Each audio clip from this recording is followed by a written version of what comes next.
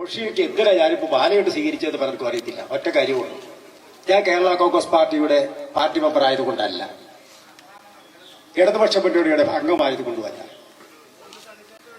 UDF-നോടോ കോൺഗ്രസിനോടോ വിരോധം കൊണ്ടുമല്ല. ഒറ്റ കാര്യമാണ്, കഴിഞ്ഞ 20 വർഷം MLA എന്ന നിലയിൽ റോഷി ഇവിടെ പ്രവർത്തിച്ചതിൽ അദ്ദേഹം കാണിച്ച നിലവാരവും നിലപാടും, വികസന രംഗത്തെ താല്പര്യം. 2, 20 വർഷം MLA ആയിരുന്നു, 5 വർഷം മന്ത്രിയായിരുന്നു.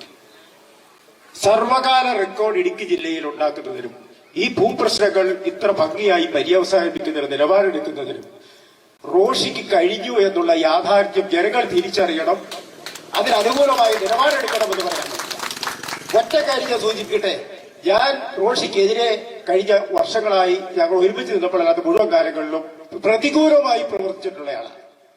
ഈ റോഡ് ടാർ ചെയ്തത് റോഷി UDF-ൽ നിന്നുകൊണ്ട് MLA ആയിരുന്ന സമയത്ത് മുണ്ടക്കാട്ടി ദിവസം പറഞ്ഞു, സാറേ ഈ റോഡൊന്ന് ടാർ ചെയ്ത ഉപകാരമായിരുന്നു, ഇവിടെ മനുഷ്യർ നടക്കത്തില്ല. ഈ മുസ്ലിം പള്ളി വരെ റോഷി അഗസ്റ്റ് MLA-യുടെ ഫണ്ട് കൊണ്ട് ടാർ ചെയ്ത ഈ റോഡ് ഹോമിയോ സാറിന്റെ അവിടെ കെട്ടുകെട്ടി ആ റോഡ് ഗതാഗത യോഗ്യമാക്കിയിരിക്കുന്നത് ഞാൻ റോഷിയോട് പറഞ്ഞ് കേരള കോൺഗ്രസ്സുകാരനായതുകൊണ്ടോ UDF-കാരനായതുകൊണ്ടോ അല്ല, അന്ന് ഞാൻ LDF-ൽ നിന്ന് നമ്മൾ ആവശ്യപ്പെട്ടു, റോഷി ആ ഫണ്ട് തന്നു. ഈ താഴെ പെരിയാറുവാലിയിൽ ഗതാഗതം മുടങ്ങിക്കിടന്ന അവിടെ 25 ലക്ഷം രൂപ മുടക്കി കല്ലിങ്കപ്പടി പാലം ഞാൻ റോഷിയെ വിളിച്ചുകൊണ്ട് കാണിച്ചു കൊടുത്തു. ഇവിടെ പാലം പണിതിട്ട് ഈ MLA എന്ന നിലയിൽ അടുത്തൊരു പദ്ധതി ഇവിടെ നടപ്പാക്കാമെന്ന് പറഞ്ഞു. അദ്ദേഹം 25 ലക്ഷം രൂപ തന്നു. തുറവയ്ക്കപ്പടി പാലം പണിയണമെന്ന് പറഞ്ഞു, പാലം പണിതു പോയി, 25 ലക്ഷം രൂപ കൊടുത്തു. ഈ വാർഡിൽ പാലം പണിത് വെച്ചു. ഞാൻ പറഞ്ഞ മുഴുവൻ കാര്യങ്ങളും കഴിഞ്ഞ അനുകൂലിച്ചും പ്രതികൂലിച്ചും നിന്നപ്പോൾ ചെയ്ത റോഷിക്ക് രാഷ്ട്രീയ നിരീക്ഷണത്തിന് അതീതമായി, രാഷ്ട്രീയത്തിന് അതീതമായി ഈ പ്രദേശത്തെ ജനങ്ങൾ വോട്ട് ചെയ്യണമെന്ന് പറയാനാണ് ഞാൻ മാനേജ് സ്വീകരിച്ചത്.